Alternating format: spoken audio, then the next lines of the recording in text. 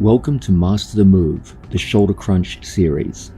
The Shoulder Crunch is a grip that I developed in the late 1990s and early 2000s period. It was a response to a problem that I observed in my training. When I played guard position in the gi, control over an opponent's head was relatively easy.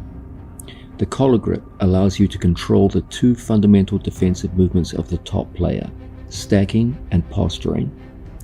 I noticed that control of the head was much more difficult in a no-gi context, as basic grips like collar ties were easily broken by a skilled opponent. I used the grip I had learned from wrestling, the pinch headlock, to create much stronger connection to the head from guard position and prevent simple postural escapes. The problem with the pinch headlock is that it was too tight. It restricted not only the movement of the opponent, but also my own movement, and hence restricted my attacking options. When I switched to a grip around the shoulder, I retained most of the control of the pinch headlock, but I gained a much wider range of attacks, and thus the shoulder crunch grip was born and development of the position began. I soon learned to use my favorite sweep, sumigeshi, from the grip, and had a lot of success in the gym with it, even against very talented training partners. Soon my training partners learned to watch out for the grip and to go into defensive reactions whenever I used it. I noted the patterns of these defensive reactions. Because the grip is very tight and very controlling, the defensive reactions were limited in number and hence quite predictable. It was easy to add secondary moves to attack these defensive reactions, particularly leg locks, which were becoming one of my major attacks around that time. I taught the shoulder crunch to my students throughout the 2000s era, and noted my students got the same positive results that I did with it, further reinforcing my belief in its value. When the early members of the squad began training around 2010, they all became very proficient with this series. In particular, Gordon Ryan became especially adept at its use, and within a very short period, he was using it with great success in the gym, and then later on in competition. My students had some of their greatest success with this series. I am very confident that with the knowledge that you will take from this video and some specialized training with it in the gym, you soon will too.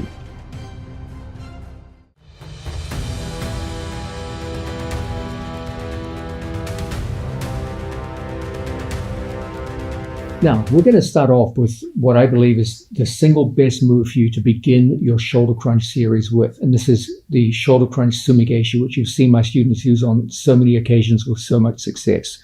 We're going to start with what you might consider an overview of the shoulder crunch sumigeshi, because there's some very important overall aspect to the move that I want you to get used to. This is the idea that the best forms, the most reliable forms of shoulder crunch sumigeshi go through 4 very predictable steps. Those steps require you to change your level from a seated guard to a supine guard, back to a seated guard, and then finish in a supine guard. Okay, so there's going to be a rapid series of changes from seated to supine, back to seated, and finishing supine. If you can grasp this idea that shoulder crunch sumigeshi is almost always done in this 4-step sequence with a rapid shift between levels of seated versus supine and back and forth between them, you're going to be very successful with the move. Most failures with shoulder crunch sumigeshi come from people trying to enact the move in an inappropriate time or from an inappropriate place. They're supine when they should be seated, or they're trying to hold on to an arm desperately in a supine position, and you find it almost impossible against someone your own size and strength. You have to be able to go quickly, easily, and efficiently from an initial seated position down to a supine position, back to a seated position, and then finishing supine for the actual sweep itself. And you might be thinking when you hear this, my God, that sounds like a lot of stuff to do in a short time. Trust me, it's very easy. You'll get used to it very, very quickly. There's nothing intrinsically difficult about it. You just have to know what you're doing. So what we need to do is start in a seated position. Why? Because we have to start by getting some kind of grip on our opponent, which enables us to pull them into a situation where they put their hand on the mat. Everything begins with your ability to put your opponent's hand on the floor. It is possible to hit a good shoulder crunch sumigeshi without putting a hand to the floor. It can be done. But in the vast majority of cases, you are much better off forcing an opponent's hand to the mat. It is the single most reliable way to get a meaningful underhook with which you can convert into a shoulder crunch sumigashi and then really sweep over big, strong, resisting people. Okay? So, Reese, if I have you in front of me, buddy.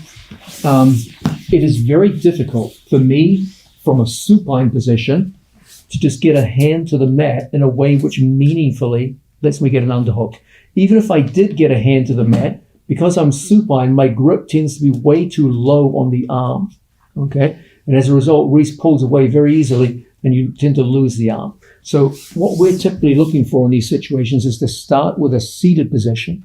From a seated position, I can impart momentum underneath an opponent and force him to base out on the mat. So, for example, if I had an opponent like so, he took 2-on-1 grip, and then from here, force a hand down to the mat.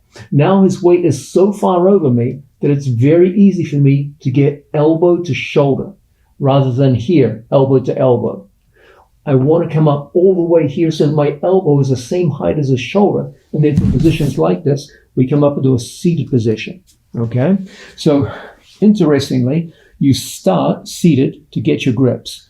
We're going to be looking at a bunch of grips very soon on this video. So please don't think we're skipping over that step. I just want to give you the overview first. So step number 1 is from a seated position, we're going to work for various kinds of grips, which are going to enable us to pull someone in and get his hands reliably down to the mat. Once the hands are on the mat, then it's time for us to start coming up into a seated position like so. And it's from here that we're going to be able to get into meaningful sumigashi, shoulder crunch sumigashi grips. Because in the seated position, when your opponent goes to pull away, it's so much more difficult than when I'm down on the mat in a supine position where you can easily bring his head over my head and extract his arm like so. Okay? So when it's time to hold someone, I want to be here, sitting next to them, so that my head is the same height as their head. Now, with my elbow high and my head the same height as theirs, when they go to yank out, it's going to be awfully, awfully difficult. As opposed to a situation down here where he can bring his head over mine, so he has the advantage of head height, and now pretty easy for Reese to extract his arm. Okay? So the first thing we need is a seated position so that I can get a working grip on him. The working grip is designed to get his hands on the mat. I use my legs as I pull my body underneath the center of gravity to force hands down to the floor. Don't worry, we're going to look at a bunch of ways to do this very soon in this video. Right now, we're just looking at the overview. Once the hands are on the mat, then we get to some form of underhook. And it's in situations like this that we can reliably sit up again. And because we're sitting up, we can get a good high elbow position. Your elbow as high as his shoulder. If my elbow is lower than the shoulder, it's really easy for Reese to pull away. But when my elbow is all the way here and pointing up towards, across the back of your opponent's shoulders, now it's going to be tough for him to pull away. When he tries to pull away now, very, very difficult. But you can't sweep from a position like this reliably. Then we have to return back to a supine position, and this is where we do our sweeps from. Okay? So you can see here that there is a 4-step pattern starting to emerge. Those 4 steps begin in the seated position. We get some kind of grip. Don't worry, we're going to see a bunch of them later on in this video. And from that grip, we typically get hands to the mat. Once the hands are on the mat, that's when we can get in so deep with underhooks. And then from here, we come up to a seated position once again. Then when it's time to actually sweep someone, we have to return to a supine position, and it's from here that we do our sweeps that we'll be looking at. So what you can clearly see is that there is a 4-step methodology based on the seated versus supine guard position. You start seated. From that seated position, you get to a working grip, which enables you to go underneath your opponent into a supine position that forces him to base out on the floor. That is the most reliable way to get into an underhook where you can get elbow deep around your opponent's shoulder. Once you're there, you want to return to the seated position so he can't simply pull his arm out. And you can take even a big, strong opponent, lock on, and hold someone there in a meaningful way where he will not be able to pull out just using strength. He's going to have to know what he's doing to extract himself from there. And then you have to return to a supine position to actually sweep the guy over and get your points. So we start seated, then we go supine, we go back to seated, and we sweep them from supine. If you can understand that kind of general 4-point methodology, everything we do for this video on shoulder crunch sumigaeshi is going to work off that 4-step principle. Now, Placido and Reese, we're going to have these two talented young athletes start off. Placido, you're going to go first. Okay. Our first goal is to establish a working grip. The one we'll look at for now, we're going to see a bunch of them in the future. We're going to start with Reese posting his right hand on the shoulder. Okay? So Placido is going to take a 2-on-1 grip, and he's just going to slide into his opponent, elevate, and force the hand to the mat.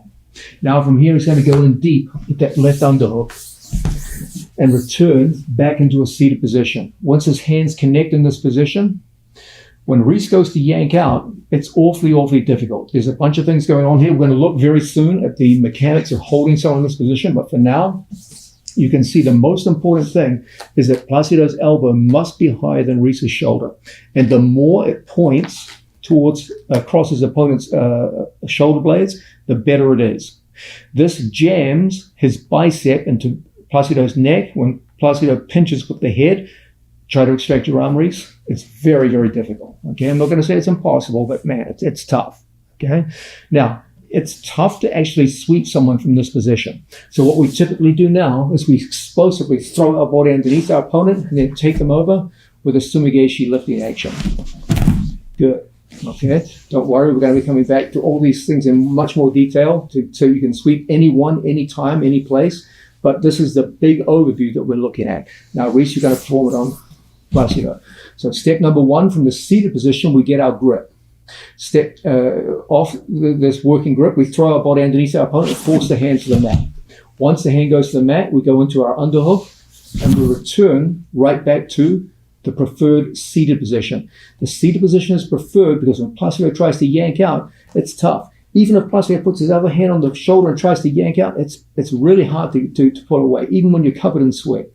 And then from this situation, it would be tough. It's not impossible, but it's tough to actually sweep someone directly from a seated position. So what we typically do is throw our back on the ground, elevate, and send the man across. Okay? Placido, knock it out again. Step number 1, from seated position, establish your grip, get his hand to the floor. Step number 2, elbow deep, return to seated position, establish control. Let's test your control, Placido. From here, Reese, plant your left hand, post on him, and you're going to fight for 5 seconds to get out. Placido, don't let him go. Excellent. Placido, go in, put him over. Beautiful. Well done.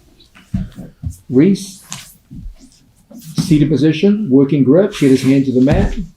Good. Return, hold shoulder crunch. Now, Reese, let's stress test you. Let's see how effective your grip is. Placido is going to post on you. Don't be polite, Placido. Try to work your way out. Show me your Puerto Rican strengths. Good. Tennessee strength is too much for you. Tennessee strength too much. Yeah. Now, we're going to go underneath the center of gravity and flip them over. Okay? So there you have it, guys. The overview, the general picture that we're trying to look at. Don't worry, very soon we're going to get into a ton of details on how to flesh this out. But the big picture, the overview of what we're trying to do here, we're looking to go through 2 variations 4 times with seated and supine guards. We need a seated guard to establish a grip on our opponent. We have to use our body going underneath off that working grip to force a hand to the mat. Hand on the mat is the single best time for us to go through and establish a reliable underhook that's going to restrain a tough, talented opponent who knows what a sumigaeshi is and is trying to pull his way out of there. But we can't hold them in a supine position. So we have to return back to a seated position so that our head is the same height as their head. That will enable you to lock on a very tight grip, which will not be easy even for a tough opponent to pull away from. But when it's time to actually take the guy over and sweep him, it's tough to do it from a seated position. So we throw our body a second time underneath our opponent and jack him up using a sumigaeshi action. Don't worry, we're going to look at a whole host of details on the mechanics of a really strong sumigaeshi so you can take over someone who's even much bigger and stronger than you are. But that general picture of start seated, get his hand to the floor. Then from that supine position, as you go underneath the guy, get the hand to the mat, get into a good tight underhook with your elbow all the way up by your opponent's shoulder. but you won't be able to hold it there for long. So we've got to get back to a seated position to hold and exert control. Then from that controlling position, we've got to sweep them. So we have to throw our body a second time underneath our opponent and flip him like a pancake right over onto his back and get on top. That's the general picture. Now, every so often, you will see situations where a shoulder crunch sumigashi is applied skipping one or two of those steps. It can happen. But in the vast majority of cases, if you watch either myself or my students perform the move, you will see those 4 steps put into operation. In the vast majority of cases, you are better off following that 4-step pattern of seated, down to supine, back to seated, and then sweep them from supine. Okay, it's the most reliable way to take over tough physical opponents who know what they're up against, know what to defend. That's the pattern that I want you to work with.